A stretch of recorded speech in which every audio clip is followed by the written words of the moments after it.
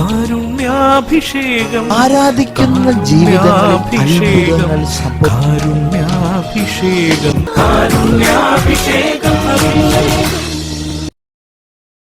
ഈശോയിൽ ഏറ്റവും പ്രിയമുള്ള ദൈവമക്കളെ, ഈ കാലഘട്ടത്തിൽ ഒരുപാട് കുടുംബാംഗങ്ങൾ നീറുന്ന പ്രശ്നങ്ങളിലൂടെ കടന്നുപോയിക്കൊണ്ടിരിക്കുകയാണ്.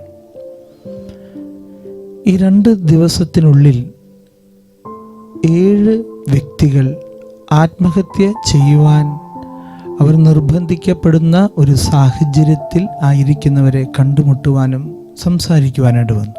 ഈ 2 ദിവസത്തിനുള്ളിൽ അതിൽ 6 പേർ ദമ്പതികൾ, മറ്റേത് ഒരു ചെറുപ്പക്കാരനാണ്. സമയം ഏറെ അവരുടെ അടുത്ത് ചെലവഴിച്ചപ്പോൾ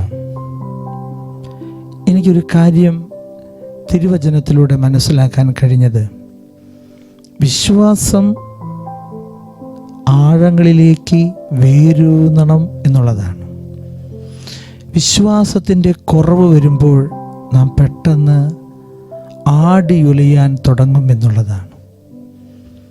സങ്കീർത്തന പുസ്തകം 23-ാം അധ്യായത്തിൽ ദാവീദ് തൻ്റെ ജീവിതത്തിൻ്റെ അനുഭവങ്ങളിലൂടെ മരണത്തിൻ്റെ മുൻപിൽ നിന്ന് രക്ഷപ്പെട്ടപ്പോഴും അവൻ ദൈവത്തിൻ്റെ ആ കാക്കുന്ന കരത്തെ, ആ കാരുണ്യത്തെ ഓർത്ത് പ്രകീർത്തിക്കുന്നുണ്ട്. സങ്കീർത്തനം 23-ാം അധ്യായം അതിൽ പ്രകാരം പറഞ്ഞു വയ്ക്കുകയാണ്, മരണത്തിൻ്റെ നിഴൽ വീണ താഴ്വരയിലൂടെ നടക്കുന്നതെങ്കിലും അവിടുന്ന് കൂടെയുള്ളതിനാൽ ഞാൻ ഭയപ്പെടുകയില്ല.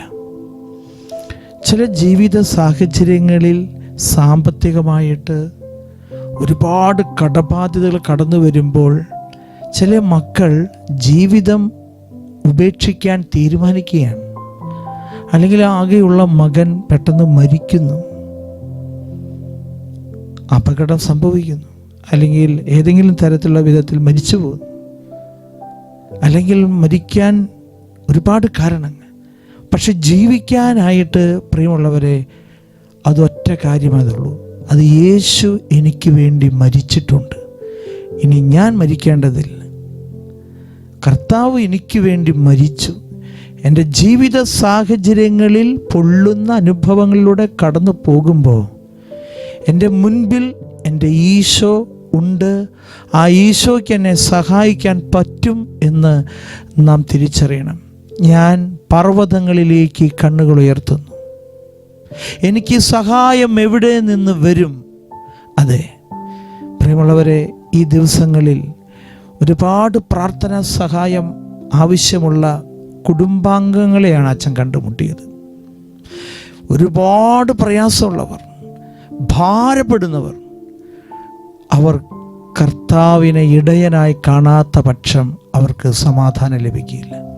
എന്നാൽ ഈ മക്കളൊക്കെ സമാധാനത്തോടെ തിരിച്ചുപോയി. അവരുടെ ജീവിതത്തിലൊരു പ്രത്യാശ എന്ന് പറയുന്നത് ഈശോയാണ്.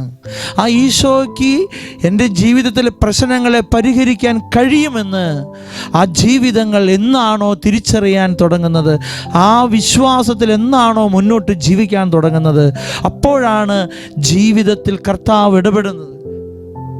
ജീവിതത്തിൽ ദൈവത്തിന് അസാധ്യമായിട്ടൊന്നുമില്ല എന്ന് നാം ഓർക്കണം. അവിടത്തേക്ക് അസാധ്യമായിട്ടൊന്നുമില്ല. ഇതൊരു വിശ്വാസമാണ്. ആ വിശ്വാസം ആടിയുലയാൻ പാടില്ല. അതുകൊണ്ടാണ് പാറപ്പുറത്ത് ഭവനം പണിത വിവേകമതിയായ മനുഷ്യന് തുല്യൻ. അതുകൊണ്ട് പ്രിയമുള്ളവരെ, വിശ്വാസം ആടിയുലയുന്ന സാഹചര്യങ്ങൾ വരുമ്പോൾ നാം നോക്കേണ്ടത് ഈശോയുടെ മെഴികളിലേക്കാണ്. മരണത്തിൻ്റെ നിഴൽ വീണ താഴ്വരയിലൂടെയാണ് ഞാൻ നടക്കുന്നതെങ്കിലും കർത്താവിൻ്റെ കൂടെയുള്ളതിനാൽ ഞാൻ ഒട്ടും ഭയപ്പെടുകയില്ല. ഈ ഒരു ബോധ്യം നമുക്കുണ്ടാകാൻ ഈ ശുശ്രൂഷയിൽ പ്രാർത്ഥിക്കാം. ഒരുപാട് ജീവിതങ്ങൾ കടബാധ്യതകളിലൂടെയും രോഗങ്ങളിലൂടെയും കടന്നുപോയി ജീവിതം മടുത്തു, നിരാശ കൊണ്ട് വീർത്തുമുട്ടുമ്പോൾ ആ ജീവിതങ്ങൾക്ക് പ്രത്യാശ പകരുവാൻ ഈ ശുശ്രൂഷയിൽ നമുക്ക് അവരെ ഓർത്ത് പ്രാർത്ഥിക്കാം. ദൈവം എല്ലാവരെയും അനുഗ്രഹിക്കട്ടെ. കർത്താവായ ഈശോയെ, ജീവിതം ഭാരപ്പെടുമ്പോഴും ജീവിതത്തിൽ മുന്നോട്ട് നീങ്ങുവാൻ ഒരു വെളിച്ചം പോലും കാണാത്ത കൂരാക്കൂരിരുട്ടിൽ അലയുന്ന ഈ ജീവിതങ്ങൾക്ക് ഈ ശുശ്രൂഷയിൽ പ്രാർത്ഥിക്കുകയാണ്. വിശ്വാസത്തിൻ്റെ വെളിച്ചം കൊടുക്കണമേ ഈശോ. അവിടെ നിന്നാണല്ലോ ലോകത്തിൻ്റെ വെളിച്ചം. ഞാൻ ലോകത്തിൻ്റെ പ്രകാശമാകുന്നു, എന്നെ അനുഗമിക്കുന്നവൻ അന്ധകാരത്തിൽ നടക്കുകയില്ല, അവന് ജീവൻ്റെ വെളിച്ചം ഉണ്ടായിരിക്കും. കർത്താവെ, ഈ ശുശ്രൂഷയിൽ പങ്കെടുക്കുന്ന എല്ലാ മക്കൾക്കും അവിടുത്തെ വെളിച്ചത്തിൽ നടക്കുവാൻ കൃപയുണ്ടായിരിക്കണമേ എന്ന്. യേശുവേ നല്ല സമരിയ എന്നും കാവലായി നീ അണയണേ. യേശുവേ സ്നേഹദീപമേ എന്നും മാർഗമായി നീ തെളിയണേ. വൻപ്രയാസങ്ങളിൽ നിത്യദുഃഖങ്ങളിൽ എന്നിൽ ആശ്വാസമായി നീ നിറഞ്ഞിടണേ.